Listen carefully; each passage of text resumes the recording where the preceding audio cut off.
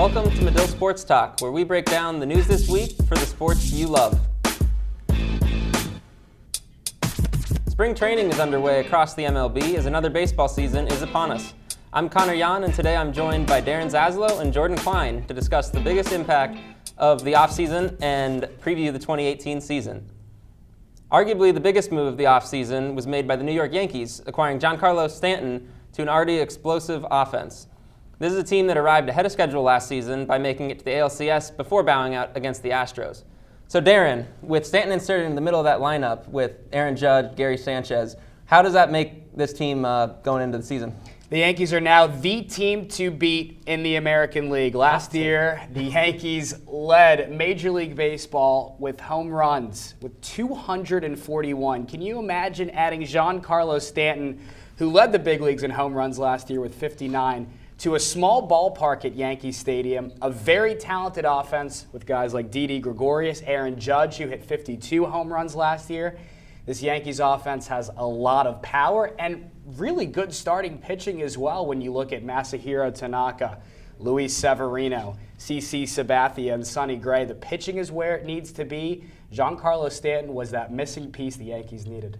I think the crazy thing for me is that Brian Cashman, their GM, is still trying to pitch this team as a little engine that could, because they're clearly not. I mean, you add a guy like Giancarlo Stanton to your lineup, it's going to make a world of difference. Now, do I think they're the best team in the American League? I'm not sure, because the Astros are such a strong ball club. You still have the Cleveland Indians coming off of that big 22-game win streak last year. They're going to be dangerous in the regular season and the postseason. I think this makes it incredibly interesting, though, for the AL East. The Red Sox get their man with J.D. Martinez, but their pitching staff, I think, even if healthy, is still susceptible to the Yankees. I think the Yankees, like you said, have a phenomenal pitching staff. You add Stanton in the middle of that lineup, now they're dangerous. I think they spell trouble for a lot of AL East teams. And this Cleveland Indians outfield, when you look at this team the Yankees matched up with last year, this Indians outfield was a disaster, especially this year with Bradley Zimmer. There's a lot of questions in Cleveland. New York will leapfrog the Indians because of those questions in the outfield. The Yankees don't have to answer that in their lineup. They're the team to beat in the American League. Yeah, and Stanton and Judge combined for 111 homers last season, leading their respective leagues.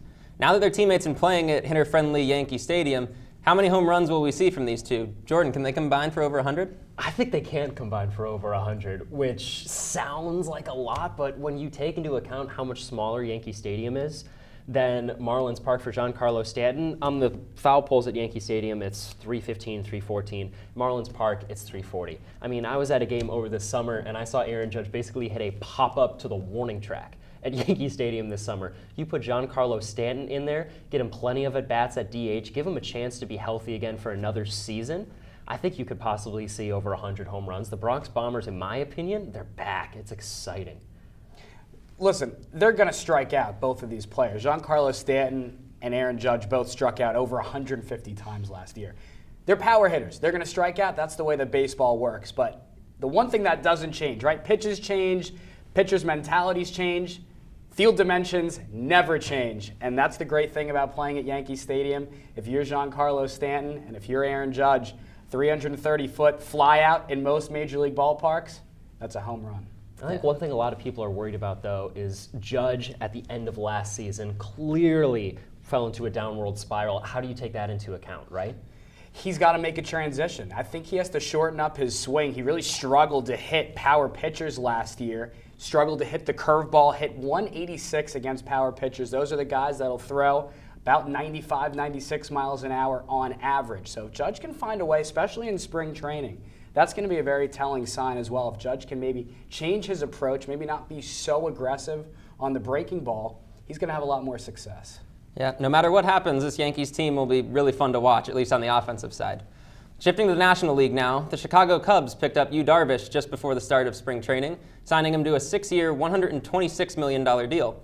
In an unusually quiet offseason around the league, the Cubs made plenty of changes to their coaching staff and revamped their bullpen.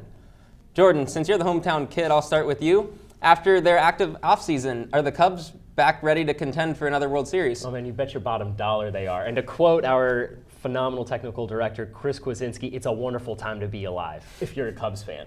Because look at this. They had so many holes going into the playoffs that were exposed. They had a rough bullpen. They couldn't throw strikes near the playoffs, and now you fill those holes with Brandon Morrow and Steve Cisick. And also, you add a phenomenal pitching coach with experience. Jim Hickey coached with Joe Madden for over 8 years with the Tampa Bay Rays, and a lot of people forget this. Jim Hickey was also the pitching coach who handled Roger Clemens, Andy Pettitte, and Roy Oswalt when he was coaching the 2005 World Series-bound Astros. It's a great pitching staff to be able to handle. He's going to bring a lot of wisdom when he's coaching a lot of these young pitchers. You throw Yu Darvish into the mix, Tyler Chatwood, and now you have one of the best starting rotations in baseball. Are the Cubs World Series contenders? Absolutely. And as a hometown kid, I couldn't be more excited to go to Wrigley Field this summer. It's going to be a lot of fun to watch. Jordan, they're contenders, but are they the team to beat in the NL? I don't think they're the team to beat. You bring up Tyler Chatwood. Definitely have to talk about him. Interesting acquisition for the Chicago Cubs. I have my questions about Chatwood. Went 8-15 last year, a 4.69 ERA. He's been up and down. I think the biggest question, if you're a Cubs fan, how is Brandon Morrow going to do as the team's closer? That's the biggest question. He hasn't closed since 2008. So with the games on the line, is Brandon Morrow the guy that you want to start the season? Yes, but we'll answer that question a little more as the season moves on. Yeah, certainly it'll be an exciting season for the Cubs. But the biggest free agent story this offseason revolved around the pursuit of Japanese superstar Shohei Ohtani. He'll likely be the opening day starter for the Angels when the season begins. Darren, is he worth all the hype that's accompanied his move to the majors? He's not worth all the hype. Absolutely not. When you look at what he's done last year, of course he has a lot of talent. He can swing the bat. He's going to be a pitcher in Major League Baseball, but he threw 25.1 innings last year. He walked 19 guys. I know he was hurt, but I have my reservations about players that start internationally and come overseas to play here in America. We've seen that with various pitchers from Japan. We've seen Yu Darvish. We've seen Daisuke Matsuzaka as well. Both players who had Tommy John surgery, they had elbow issues, they've gotten hurt. So Ohtani is definitely a person that you could see go through that type of transition with arm injuries, transitioning to baseball. Jordan, Ohtani, he hasn't just been billed as a hitter. He's been touted as a player that can both pitch and hit. And is it just a pipe dream, or can he actually do this in the majors? I think it's going to be incredibly difficult for him to do this in the majors. Now, granted, I don't watch a lot of Japanese baseball, so I haven't seen a lot of Shohei Ohtani footage. But I do know this. Going to another country, completely changing your lifestyle is going to take a toll on how you play. And you also have to take into account if he's looking to do things from both sides, as a pitcher and a hitter. Now you have to know double the scouting reports. So it's one thing to come to a new league, a new country, and have to know the scouting reports of who you're facing as a pitcher. Now you have to do that, but you also have to know the scouting reports of who you're facing as a hitter. It's an incredibly daunting task, especially with someone, as we've just talked about, with the spotlight shown as brightly on him as it has. I think it's going to be a rough transition for him. Could he be a star in a couple of years? Sure, who knows? But I think for this year, you're right, absolutely bringing up the possible of injury. He could have to go through that as well. We'll have to see, but I think it'll be a tough transition for him. Yeah, it'll be interesting to see how he does this year in his first year in the big leagues. But to end the show, we would be remiss if we didn't talk about the New York Mets and Tim Tebow. Mets GM Sandy Alderson said he thinks Tim Tebow will play in the majors at some point, and he's in spring training with the team. So what do you guys think the Mets should do with Tim Tebow this year? Jordan, I'll start with you.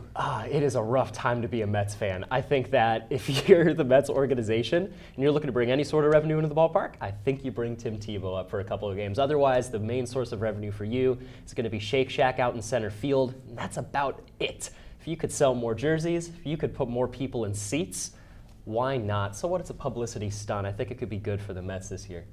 He's not good enough to play in Major League Baseball, but it would be cool to see him brought up. But the way that he's played in Single A, he's hit .230 in high A ball in St. Lucie in the Florida State League. There's no reason to believe that he would be a successful player in Major League Baseball. But again, with spring training games starting today, it'll be interesting to see how he performs, especially with that competition in spring training, being in big league camp, going against some of those guys throughout the spring training season, which presents those games to a lot of minor league players. That may be a telling sign for what Tim Tebow can do. Who knows? Maybe he brings miracles back to the Miracle Mets, right? There you go. Yeah, and maybe we'll see some Tim Tebow jerseys and bobbleheads at Citi Field sometime this season. Well, that wraps up our first ever baseball segment here on Medill Sports Talk. We hope you enjoyed the show, and we'll have plenty more baseball coverage coming your way throughout the season. Be sure to check out our other segments this week on the Medill Sports Talk YouTube channel, and follow us on Twitter at Medill Sport Talk. For Darren Zaslau, Jordan Klein, and our entire production crew, I'm Connor Yahn. Thanks for watching.